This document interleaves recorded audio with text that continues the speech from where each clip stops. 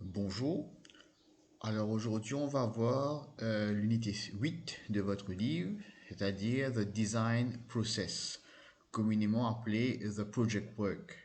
Donc dans cette unité-là, on va passer en revue les différentes étapes dans la création d'un produit, dans le design d'un objet.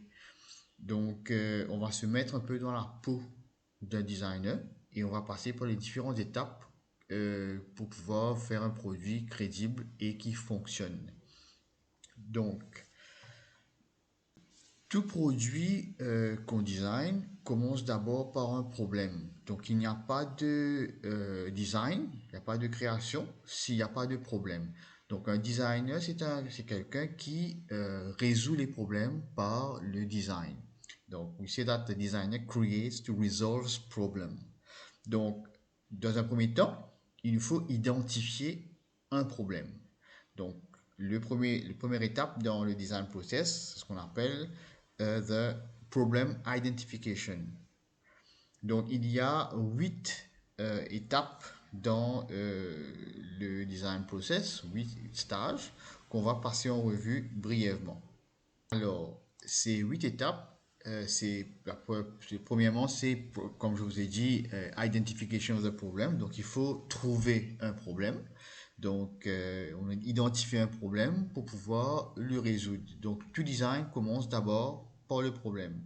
Deuxième étape, c'est the research and analysis. Donc, ça veut dire que on va analyser le problème, on va faire une investigation, rechercher, voir un peu vraiment d'où vient le problème, c'est quoi le problème, est-ce qu'il y a une solution au problème. Et troisième étape, c'est specifications. Ça veut dire qu'on va donner des critères, on va dire notre produit à nous, quelles seront les caractéristiques de ce projet-là, qu'est-ce qui va faire que ce projet-là va fonctionner et qui va être adapté aux besoins de l'utilisateur. Numéro 4, c'est Generation of Ideas. Donc ça veut dire que une fois qu'on a jeté des critères, il va falloir donner des idées. On va passer par une étape de création. On va commencer à faire des sketchs, des propositions pour pouvoir résoudre le problème. Donc on va faire au moins 2 ou 3 idées. Donc, cinquième étape, c'est Development of the Selected Idea. Donc, on va faire une évaluation pour choisir l'idée qui nous semble la meilleure et on va développer pour le faire fonctionner. Sixième étape, c'est the Production Plan. Donc, le Production Plan, ça veut dire qu'on va faire un plan pour pouvoir produire le produit en question. Étape par étape, on va dire, on va passer par quelle étape pour pouvoir le fabriquer. Septième étape, c'est realization of the artifact. Ça veut dire qu'on va le produire en atelier. Ça, c'est septième étape. Et huitième étape, et il va falloir le tester. Donc, testing and evaluation of the artifact. Il va falloir le mettre en situation, tester, voir si ça fonctionne ou pas. Donc, si ça ne fonctionne pas, il va falloir apporter des modifications et des améliorations au projet. Voilà les 8 étapes, the 8 stages of the design process. Alors, comme je vous ai dit, la première étape du design process, c'est the problem identification. Dans votre livre, on vous a proposé déjà un problème. Il n'y a pas besoin de chercher. On va se contenter de faire un peu ce qui nous est proposé dans le livre. Donc, ça veut dire le design d'un tissue holder. Donc, dans cette première étape-là, donc on nous dit que the first stage of the design process is to identify a problem from a design situation.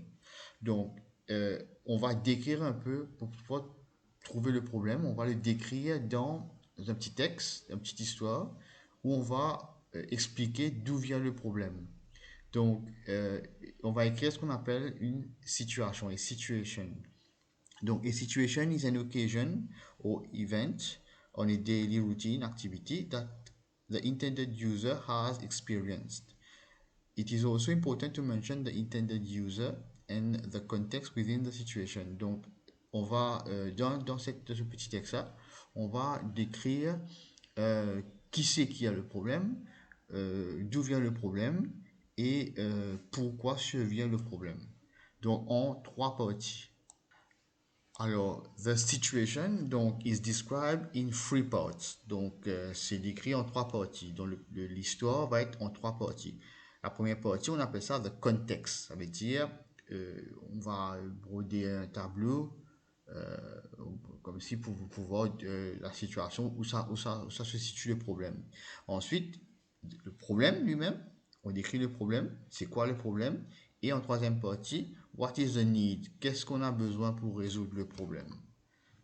Alors pour illustrer ça, nous allons prendre the situation qui nous est proposée dans votre livre, donc qui décrit un peu la situation, le problème et le need.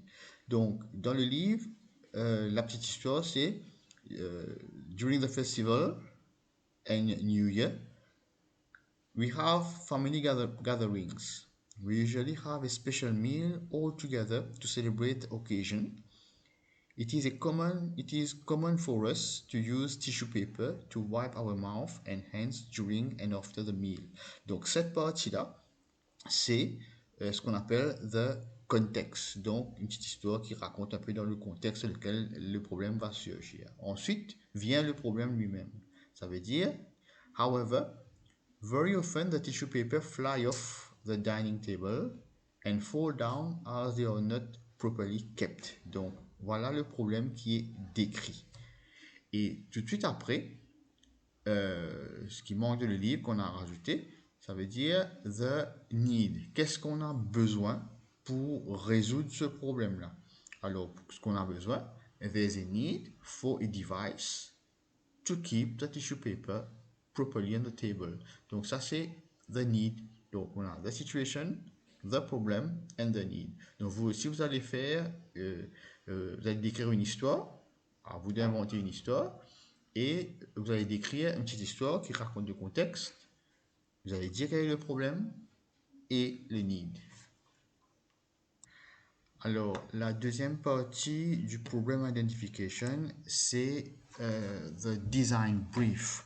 Donc, the design brief is a small statement, okay, that will give the title of your project. Okay, that will give the solution to your project. Alors, la définition du livre, c'est the design brief is a statement of intent showing what you're going to do in the project.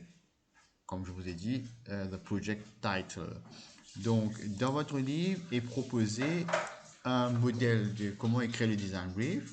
C'est to design and make a tissue paper holder for my family members. Alors voilà la première partie de notre project work. Donc vous aussi vous allez sur une page A4, préférable en position landscape. Commencez votre projet par le problem identification. Donc on va tous faire la même chose, ça veut dire tissue holder. Donc vous allez écrire une histoire dans laquelle, comme on a vu, la situation, le problème et le need est clairement décrit. Vous pouvez mettre des photos, des dessins pour décorer votre page. Et sur une autre page, vous allez écrire le design brief. Donc, ça va être un peu pareil pour tout le monde. Donc, to design and make a tissue paper. Donc, vous pouvez aussi dire I will design and realize a tissue paper holder. Et vous allez continuer. Donc, c'est une petite phrase seulement que vous allez écrire pour le design brief. Donc, voilà la première partie. Et on se voit plus tard pour la deuxième partie. Ça veut dire research and analysis.